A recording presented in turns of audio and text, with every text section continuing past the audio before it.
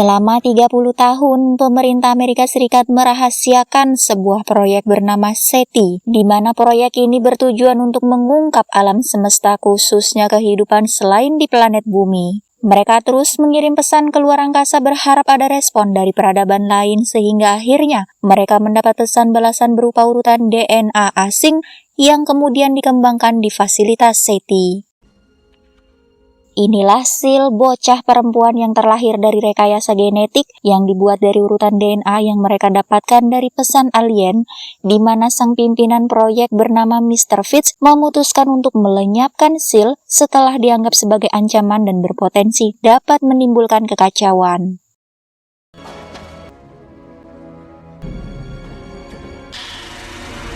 Saat Sil akan dilenyapkan dengan gas beracun itulah Mr. Fitz terlihat meneteskan air mata, seolah tak tega melakukannya, tapi demi menjaga keamanan negara dan kelangsungan hidup umat manusia, ia pun terpaksa melanjutkannya, dan tiba-tiba Sil pun kabur dengan cara mendobrak kaca pelindung di mana ia terlihat memiliki kemampuan fisik di atas rata-rata, yang hal itu bisa dilihat dari bagaimana ia dapat melompati pagar pembatas, yang alhasil Mr. Fitz dan pasukan pun gagal untuk menangkapnya.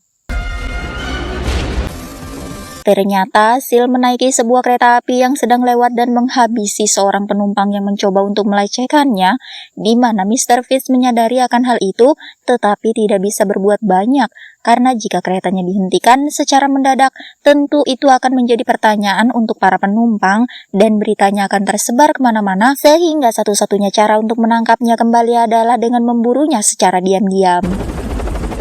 Kembali ke Sil yang sudah tiba di stasiun pemberhentian, ia pun turun dan memasuki sebuah minimarket. Di sanalah ia melihat bahwa untuk mendapatkan makanan, ia harus membelinya dengan alat tukar uang atau kartu kredit.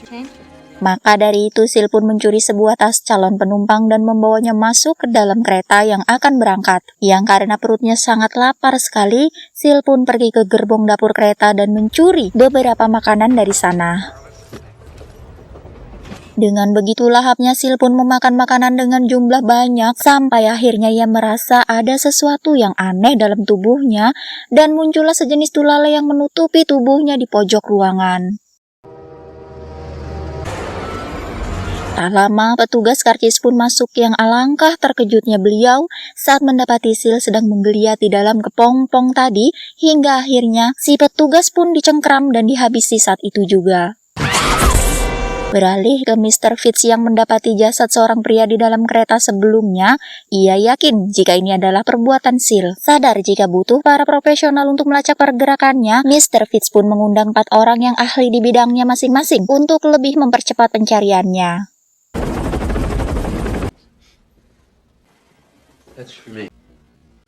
Ada Dan, sang psikolog yang selalu pakai peci, Stephen, sang antropologi khususnya ahli lintas budaya, Laura, si ahli biologi molekuler, dan terakhir ada dari pemerintahan bernama Preston, yang bertugas sebagai orang yang diturunkan ketika ada masalah besar yang berkaitan dengan keamanan negara.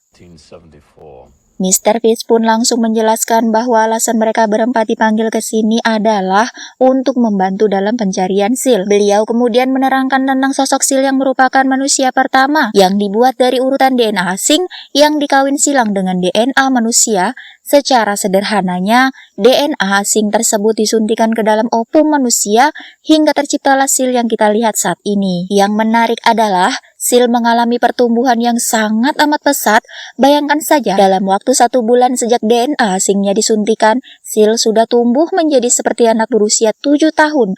Dan dalam waktu 3 bulan sudah berubah menjadi gadis remaja berusia 13 tahun.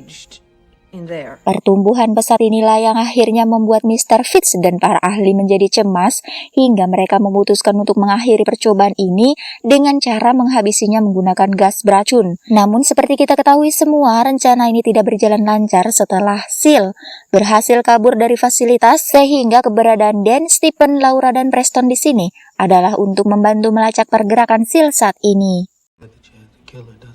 Kembali ke Sil yang kini sudah menjadi gadis dewasa berusia 20 tahunan, ia terlihat memakai pakaian milik si petugas kereta yang sudah dihabisinya, di mana Sil yang sudah berada di kota besar pun mulai berkeliling melihat hal baru yang belum pernah dilihatnya.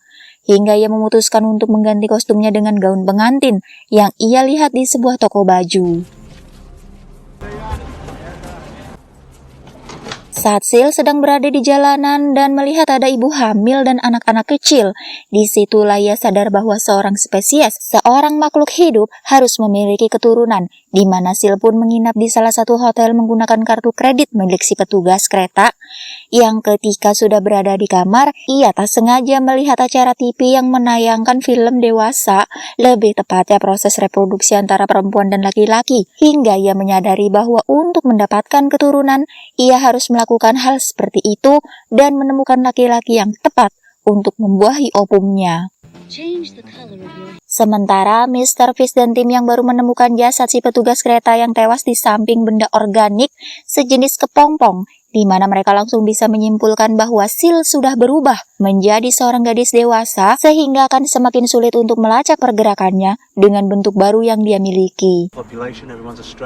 Untuk itu, mereka pun balik ke fasilitas SETI dan akan melakukan percobaan untuk melihat perkembangan Sil dengan cara menyuntikkan DNA asingnya ke dalam sebuah opum, di mana terjadi kesalahan teknis ketika kamera mikronya mati yang mengharuskan Laura dan Preston masuk ke dalam ruangan tertutup tersebut.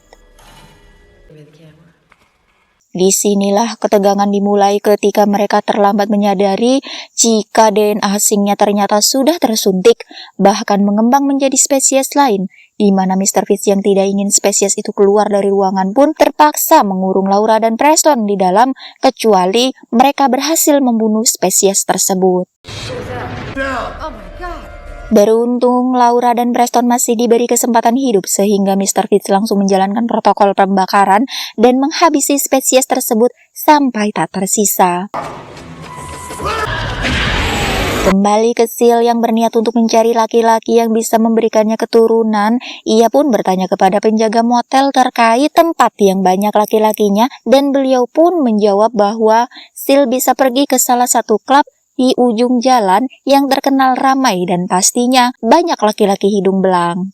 Setibanya di klub yang dimaksud, Sil langsung menghampiri seorang laki-laki yang sedang sendirian sebelum akhirnya muncul wanita lain yang tiba-tiba menyerobot laki-laki tersebut. Kesal targetnya diambil, Sil pun mengikuti wanita itu ke toilet dan menghabisinya dari belakang tembok. Alih-alih menggait pria tadi, Sil pun membuka bajunya dan langsung menempelok ke pria lain yang berambut gondrong, di mana Sil langsung dibungkus dan dibawa menuju ke rumah si gondrong tersebut.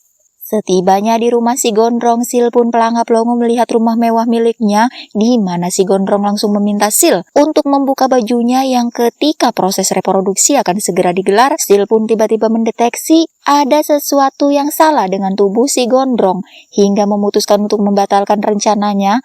Namun karena si gondrong sudah sepaneng, Sil pun dipaksa untuk mendekatinya dan kembali ke Mr. Fitz yang baru mendapatkan informasi terkait kartu kredit milik si petugas kereta yang terlacak digunakan di sebuah motel. Yang setibanya di sana, si penjaga motel memberitahu jika Sil baru saja pergi ke sebuah klub yang berada di sudut jalan. Lagi-lagi mereka terlambat datang ketika menemukan seorang wanita tewas di dalam toilet. Beruntung si manajer klub mau bersikap kooperatif dengan memberitahu bahwa wanita dengan ciri-ciri yang disebutkan tadi baru saja pergi dengan si gondrong yang merupakan pelanggan tetap di klub tersebut.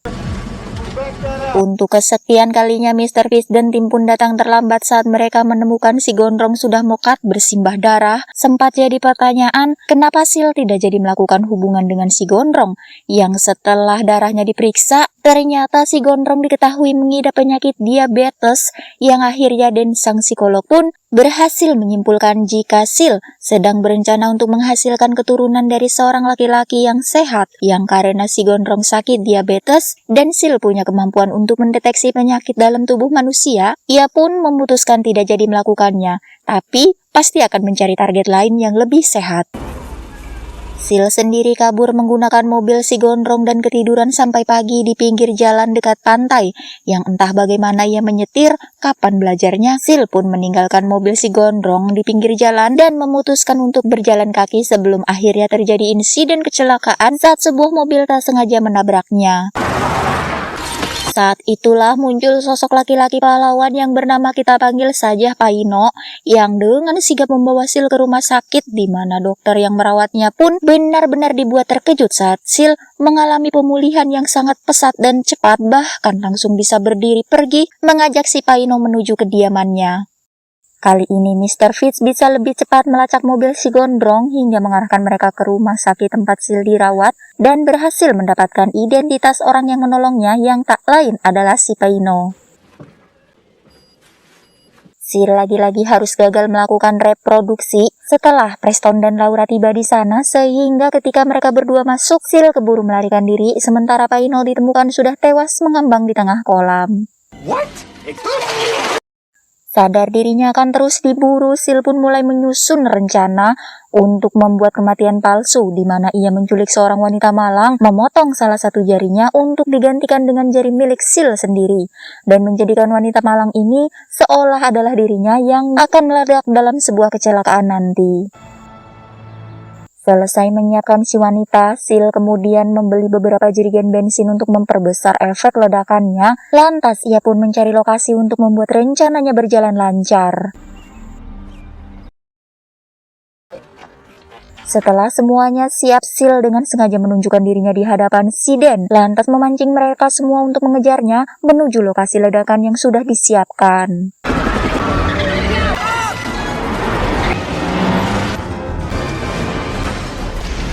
Dan ya, Sil pun berhasil membuat semua orang percaya bahwa jasad yang ada di mobil tersebut adalah dirinya, padahal itu adalah si wanita malang yang diculiknya. Apalagi setelah ditemukan potongan jari milik Sil, sehingga kasus ini pun dianggap selesai dan keempat ahli pun disuruh untuk pulang. Just like that, huh, Fitch?